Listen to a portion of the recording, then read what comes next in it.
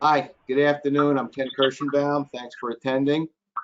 Uh, we have a very specialized presentation today from Connie Moorhead, and the topic is licensing. So, as some of you, or maybe all of you know, you can come to K&K uh, to find a license holder for your business, or a license holder can find the company to qualify for.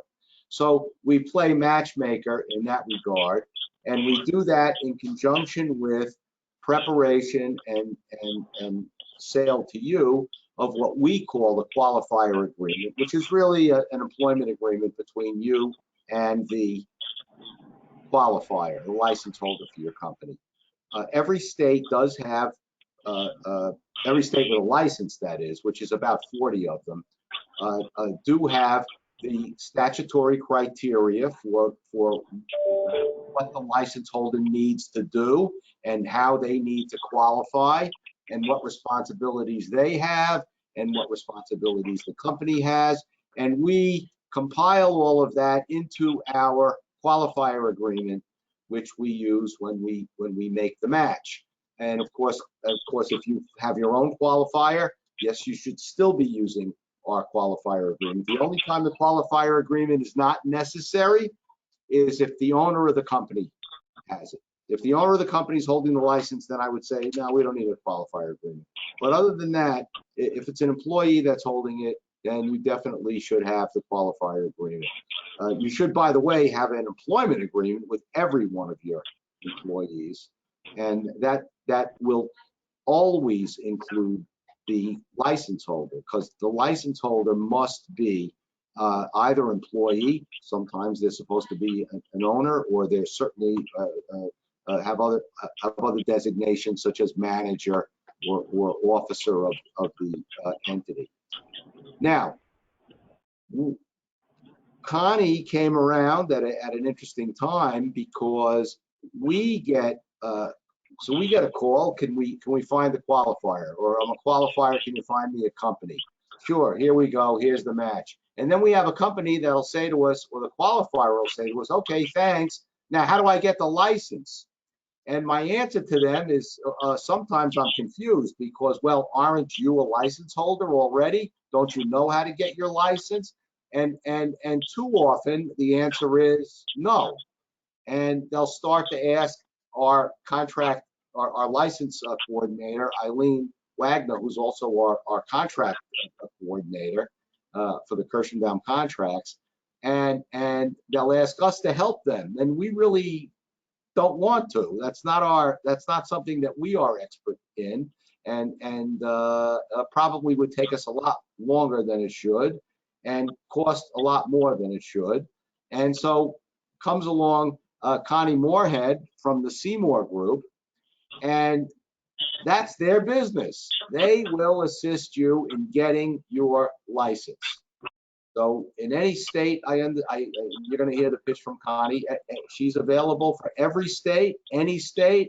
And if you need assistance getting your license, she will assist. Now, I get involved, and K&K gets involved when there's a problem getting your license. We were just involved with New Jersey just a couple of months ago for a hearing. I don't know that Connie does that. Probably shouldn't, because that might be a lawyer. No, she doesn't. She's shaking her head. So Connie will process your paperwork. If you think you're going to have a problem, or you do have a problem, then you come back and contact us. Okay. But Connie's going to do the clerical and administrative, and she has a software program she's going to tell you about, so you can keep track of what your licensing responsibilities are, probably renewal periods and things like that. And I'm sure it's a worthwhile issue. Make sure you have the right licenses. Make sure you're constantly always licensed. Don't let your license lapse. And that's the best advice I can give. So now I am going to turn over this presentation to Connie, and hopefully it'll work. Making her Connie, I've now turned over to you. You're up at bat. Okay, can you all hear me? I'm going to show my screen. I can hear you. And Now your okay, screen is great. right. And let's see here. I'm trying to show my screen. So let's see if I don't know if you can see what I'm showing though. Yes, you might want to make it fill the page. Yeah. Let me go into slideshow and let me switch to. Okay, can you see my presentation now? Yes. Okay, perfect. So what I'm going to do today is share with you a little bit about the licensing and compliance process from a state licensing perspective, why you want to get licensed, some general industry demographics from a technician and licensing perspective, and then a compliance overview. We'll talk about licensing as far as how you get licensed, the steps and the why and the how, and then some basic information on renewals and look at my compliance management system that will kind of manage that whole thing for you. So why I'm able to talk to you about that today, why I'm qualified to speak to this topic, I have about 35 years in the business of business development, marketing, training services. I had 22 years at the head of this company that develops training and compliance solutions for the security, fire, and life safety industry. So I've got a lot of experience dealing with licensing and compliance issues. When it comes to why you want to license in the first place, compliance and licensing worldwide is a multi-billion-dollar market, but that's not necessarily why we get licensed. It doesn't necessarily mean instant success, and it doesn't mean that you're going to necessarily win loads of business. Why we get licensed is really several reasons. It does make us unique sometimes to the competition, and it does give us better opportunities. But the truth is, it's a requirement, and it is there are penalties if we don't get licensed, and those penalties can come in the form of fines and a suspension of our business license, and sometimes even jail time at the fringe of if we're not licensed and we're caught doing business unlicensed. So that requirement is really the reason that we get licensed in the security industry. These are the states that require a license. Now, there are, as we'll talk about in a moment, there are multiple kinds of licenses, whether it's fire or bird. But the states that in one way or another require a license are in red, and then the states that have no license requirement are here. So let's just talk about a day in the life of a security technician.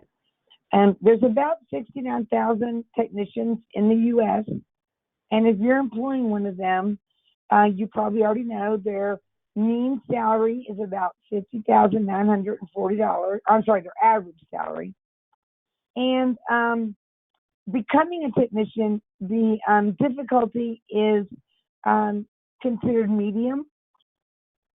The job growth is high right now. Over a 10-year period, it's about 14.4%, with job satisfaction being considered about 62%.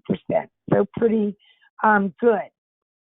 The demographics as far as where the top locations are, we see most technicians hovered around the southeast. There are some that one spot out in California, but because of population, but most technicians are hovered around the southeast. So when we consider what is compliance, that can be a confusing term. Some people talk a lot about UL. Some people talk about ANSI standards. But what we're talking about today is state licensing compliance. So we're not going to dive into any of the other compliance issues that an alarm dealer might be concerned about. So let's get into the specifics of licensing. So a license of one kind or another is required in 44 states and the District of Columbia. And it is defined as those who install, maintain, monitor, sell, or service security or fire systems are required to have a license. And each state is very different in what they require. Some define a license under burglar alarm. Some have separate license requirements under CCTV or low voltage. Almost always a fire system is licensed separately than the low voltage systems or burglar alarms. So you have to do your research or work with somebody like myself that has already done that research and knows what those requirements are. But if you just think that there's one kind of license, or you do your research and think that because there's no fire license, for instance, that you're square, there could very easily be a low voltage or burglar license in that state. Of those 44 or let's say 45 states or 45 locations that have a license requirement, 36 of them have CEU requirements to renew that license and maintain that license. And the CEU requirements range from 3 to, I put 24 hours, but actually in California it's 36. So the range is quite vast of what it is to get a renewal for that license. So once you have your license, you have to keep it. And that requires continuing education credits. So the license types really come across in 3 different tiers or categories. And that can be in the form of a company license, and then a manager or QA qualifying agent license, and then where each of your technicians or installers has to be either licensed or what we call registered. The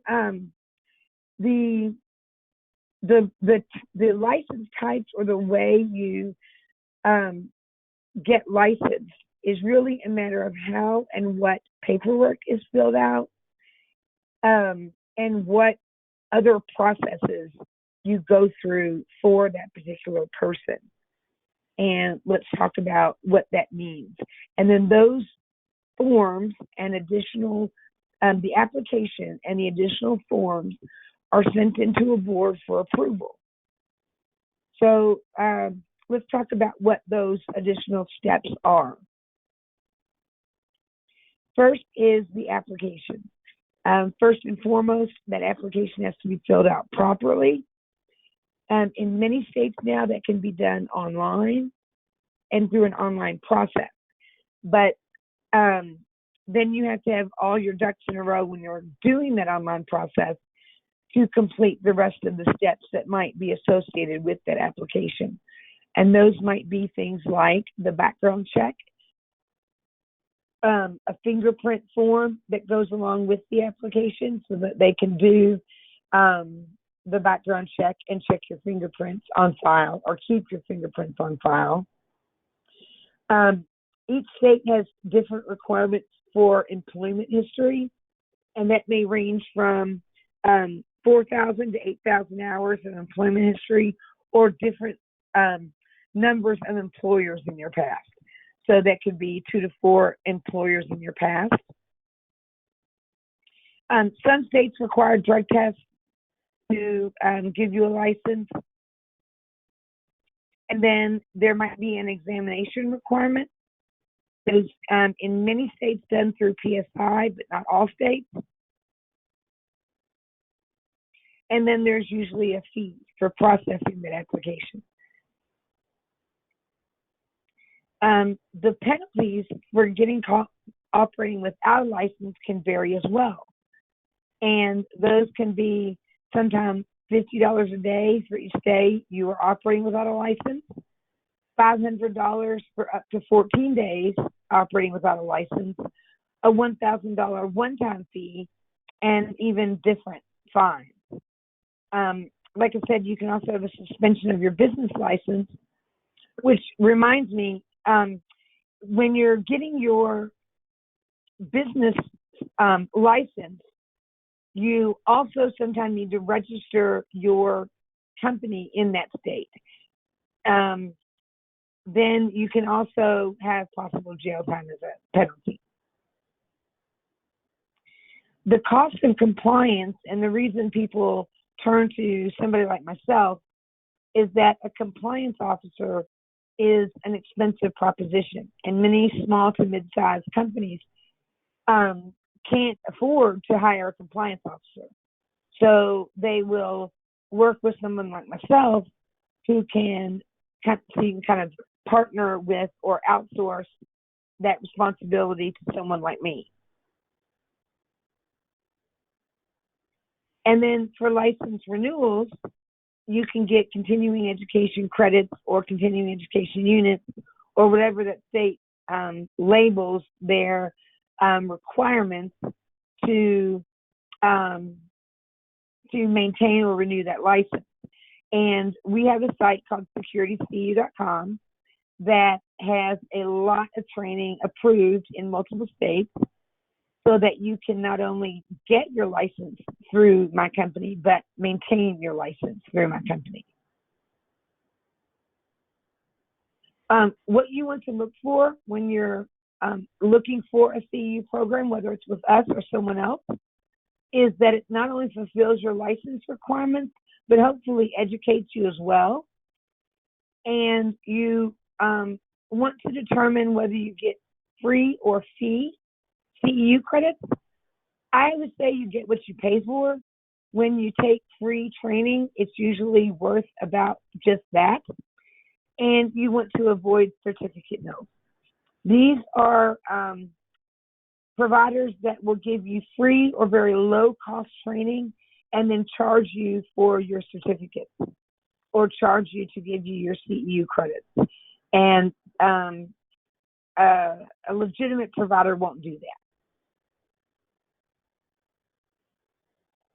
And there we go.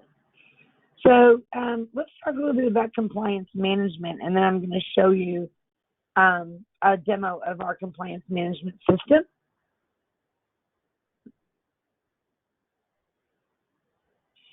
So the things you want to be able to track in a compliance management system are the students and the qualifying agents, licenses and industry certifications, and continuing education unit courses. And all of this should come together to give you a kind of composite look at your compliance. So you want to look for something that is industry specific, that gives you warnings and reminders at least 3, if not more months ahead of time, so you have time to get your renewals. And it's more than just a spreadsheet, because you could do that on your own. So we have a system called Licensure, and it won the MVP award at ISC West in 2019 when it first came out. And now I'm going to show you that system. Let me see if I can just bring that up on the screen and see if it will play for you. I have it ready, but let's see if it will come up. Okay, Ken, are you all seeing that?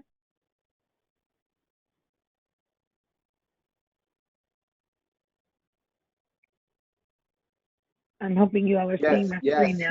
Yes. Okay, thank you. Okay, so this is the compliance management system, and what it does is gives you a kind of one-stop view of the licenses and certifications that are being tracked in the system. And so you get both a matrix view and a pie chart view of your people that are being tracked, and those that are 90, 60, and 30 days from being out of compliance, those that are not compliant, and then what we call unaffiliated, meaning that you've loaded your technicians in the system, but they're currently not being tracked, and so we call them unaffiliated. So in this case, with this company, we've got 8 people that are in good standing, 1 that's 90 to 60 days away from being out of compliant, and then you can see 5 that are 60 to 30, 0 that are 30 to 0, and then we've got 92 that are not compliant in this demo database. So we've got a number of people that we have to work on. In the matrix, or in the list view of all of my technicians, this same color coding that's up here in the matrix applies down here as well. And I can sort by any of these fields.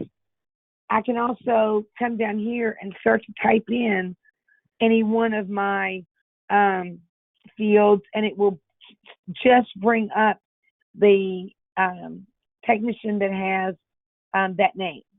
So I can pull up just that person, and then I can go back to everyone. I have the ability to filter according to a number of different things. I can do a state license filter, and you'll notice that all of the state licenses are in the system. So you don't have to program or know that you need the Alabama burglar alarm installer. The system, we do that for you, and we do the research, we code all of that into the system, and now I'm just showing the people that have an Alabama burglar alarm license. And then I can clear those filters, and it'll bring the entire list of all my technicians back up. So another way that I can filter people in the system is by industry certifications. Another thing that we do is we track manufacturer product certifications. So if I want to see the people in the system that maybe have a Bosch certification or an Axis certification, I can track by that or filter by that. And then I can just show students by state. So if I just want to see my students that are in Alabama, I can sort or filter by that data. So I can, the filters build on one another. So I can put multiple filters up, and then I can export all of that to Excel and manipulate this data outside of the system as well. The students get notified at 90, 60, and 30 days before they're out of compliance. So they are, and you're able to customize those emails as well. Hold on, let me go. Let's see.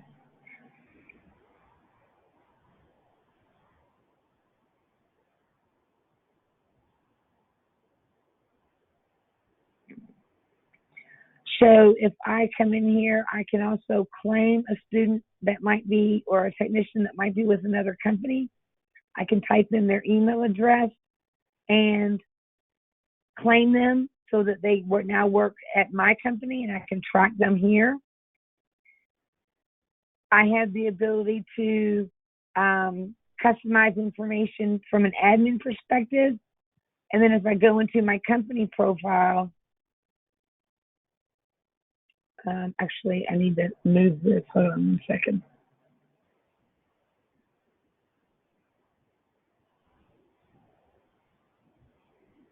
There we go. Now I can customize the emails that are sent. So I have a 90-day email. I can determine whether or not that is sent, yes or no. So in this case, I'm saying no, don't send an email to people at 90 days. Yes, do send an email to people at 60 days, and here's what I wanted to say. And the same thing for 30 days. and when they're out of compliance. So I've got 4 different options. When you look at the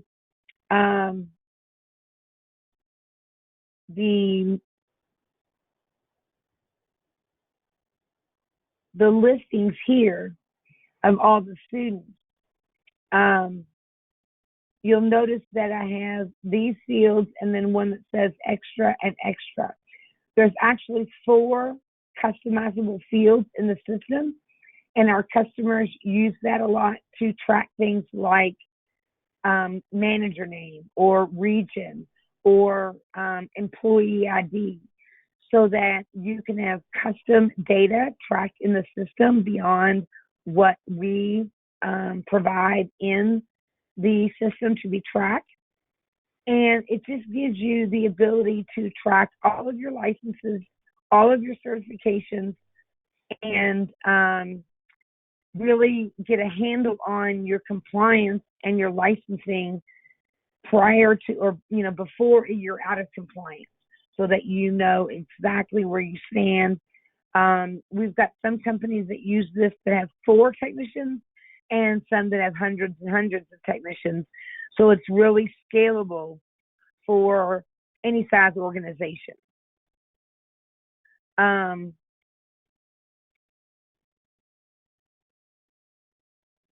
Do you have any questions about anything that I've talked about from a getting licensed perspective or from a systems perspective on what I've shared with you on the compliance management system?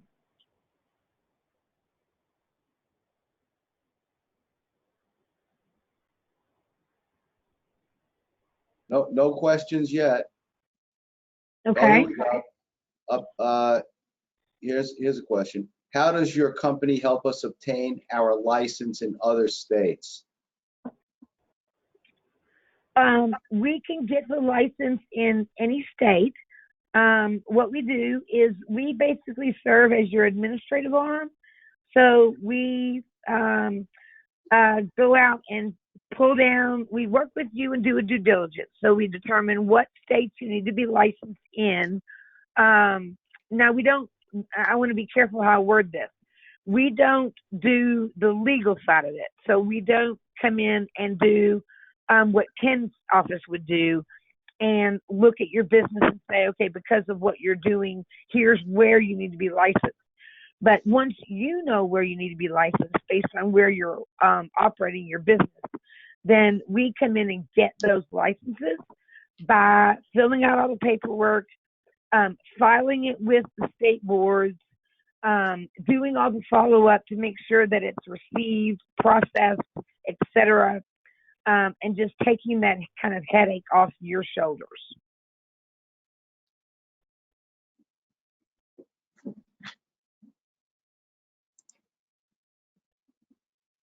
Companies may not realize what a valuable service that actually is. And also, let me just draw attention to that distinction about knowing where you need to be licensed. It's not always that clear cut because, well, very often the PERS units cause the need for a license when you wouldn't think you might need one. So for example, medical alert devices are not required, do not require an alarm license in almost all jurisdictions. So if you're doing medical alert, you wouldn't need an alarm license. But if your medical alert device also provides panic attack or emergency contact unrelated to medical, now you have essentially a panic button, which is providing security, and now you do come under the guise of many state license requirements.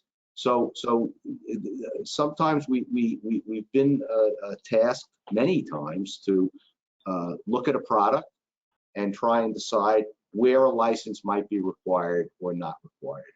Same thing with whether you're going to be installing it or you're just going to be selling it through the mail, or also whether you're going to be providing telephone assistance on the installation, whether you're going to be providing a list of subcontractors, what exactly is your involvement with the customer and the system. So these are all issues that need to be dealt with. And then, of course, maintaining the license is also a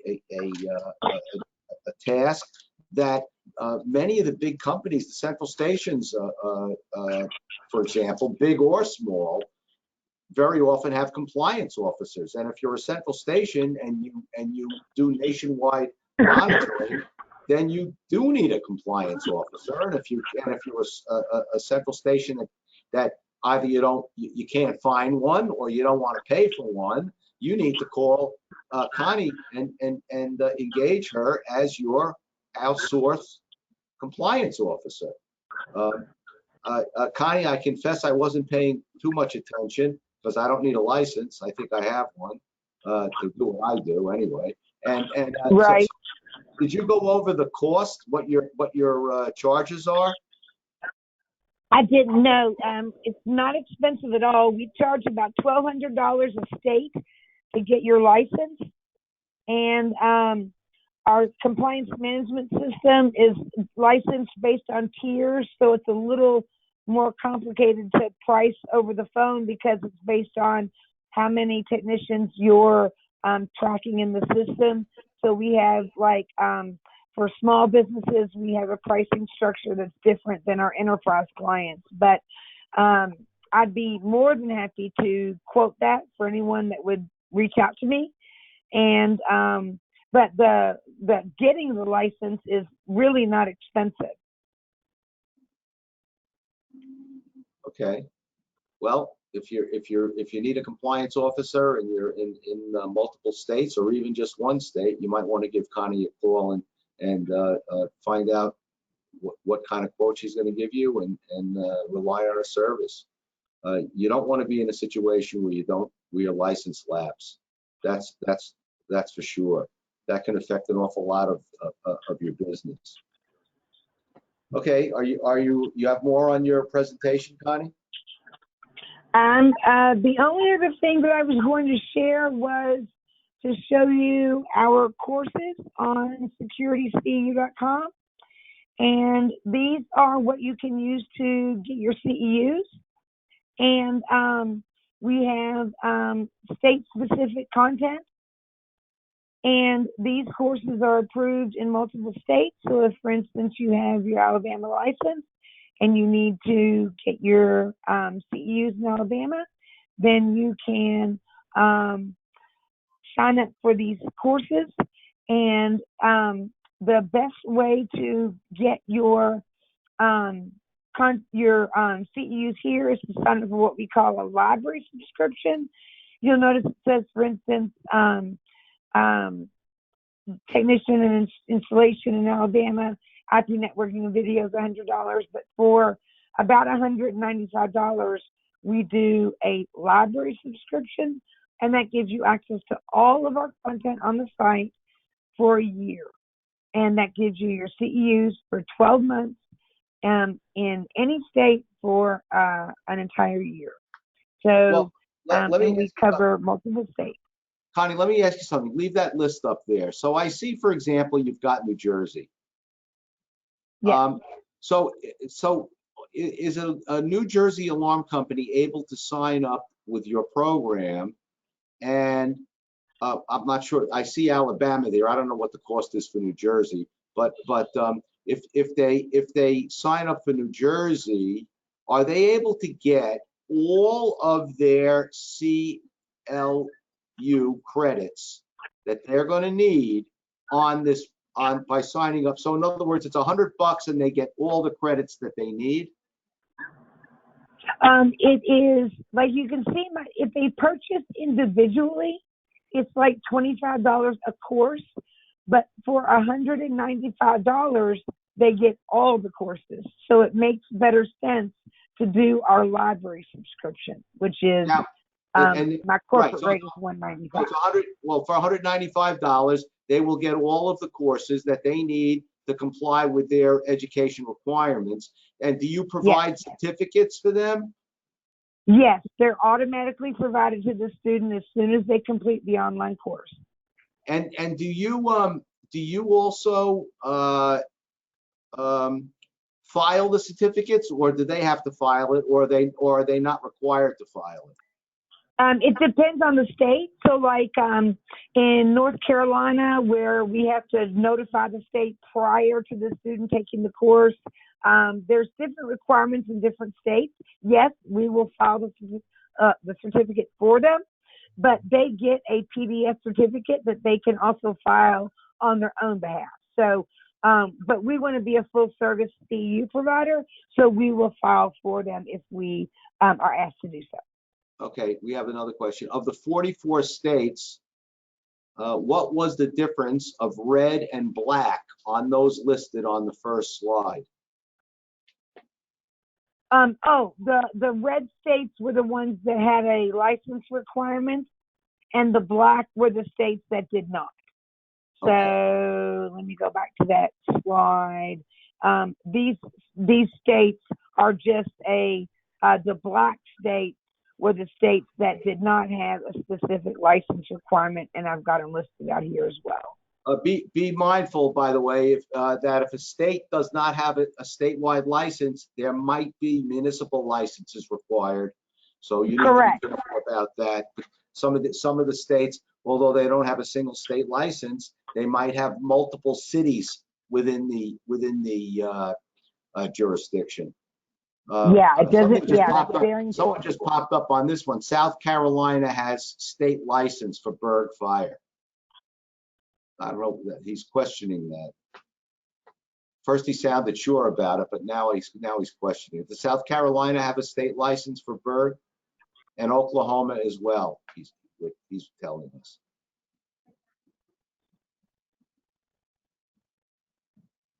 Do you know offhand, Connie, whether that's accurate? Oh, I'm sorry, I didn't think, I don't know offhand. I know that South Carolina does not have a fire, I don't think, but they do have a bird, I believe. Okay, and he's got Oklahoma here too. And someone else, you'll like this question. I assume Connie's contact information will be shared with participants. I'm sure she's. Oh yeah, let me put that up on the screen for you. And also, her company is listed in the Alarm Exchange, so you'll be able to find it there as well. It'll be there. And that is my cell number. That's the best way to reach me. I could, we have an office, but we have been working remote for 2 years now. So I just put my cell number up there, and you're free to call in anytime. Okay. I want to thank everybody for attending. I want to thank Connie for a concise presentation. And any questions about Connie's business, give her a call. You have her cell phone now. If you call in the middle of the night, she'll probably be there. You can answer. She'll answer, I guess. I will probably answer. Right. Okay. But you might want to call during the day also. So thanks again for attending, and we're going to sign off now. Last call for questions if you have it. I'll wait about 5 seconds. No? Okay, great. Connie, thanks so much. I hope you get some calls, and I hope somebody learned something. Okay, great. All right, thank you so much. Bye-bye. Bye.